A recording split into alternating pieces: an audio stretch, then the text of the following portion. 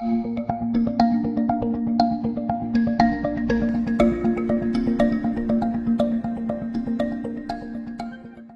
po ngayong session niya? Malaki yung diferensya kumpara nung bago o yung first session ko. Kasi unlike po nung dati, bago ko dumating dito, dalawang saklep pong gamit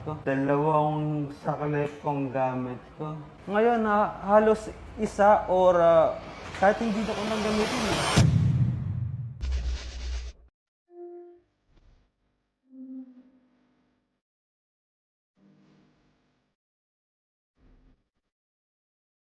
Isa na ngayon yung ano mo saklay mo, no?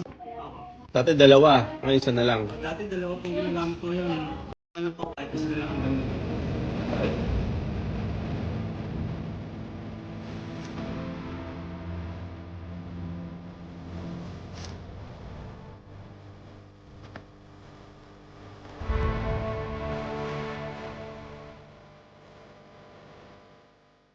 So, kamusta ngayong session na to?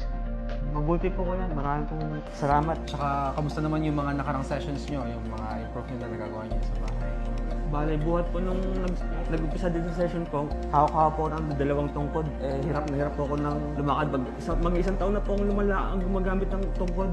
Magmula nung sinubukan ko po itong clinic na to, ngayon, nakakalakad na po ako. Yung mga nagagawa nyo sa bahay, sir, na hindi nyo nagagawa dati? Dati po, pinag-isigban po ako ng mga kasama ko sa bahay. Sila po naghahain ng pagkain. Magmula ngayon, kaya ko na po sarili ng Ayan. nagagawa ko na po yung hindi ko nagagawa dati. Nakailang session na kayo sa amin? Pang-apat na session po ito. Ayan. Tsaka, magandang improvement na naramdaman, sir. Okay. Sige, sir. Congrats po. Maraming salamat po sa inyo.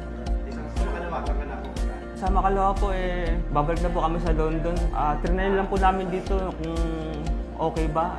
Kung okay naman, kung hindi pa kami uwi po sa London, pagpapatuloy ko pa sana ng mga ilang session. Kaso nga lang, hindi na po kaya. Babalik na po kami. Congrats po. Salamat ulit.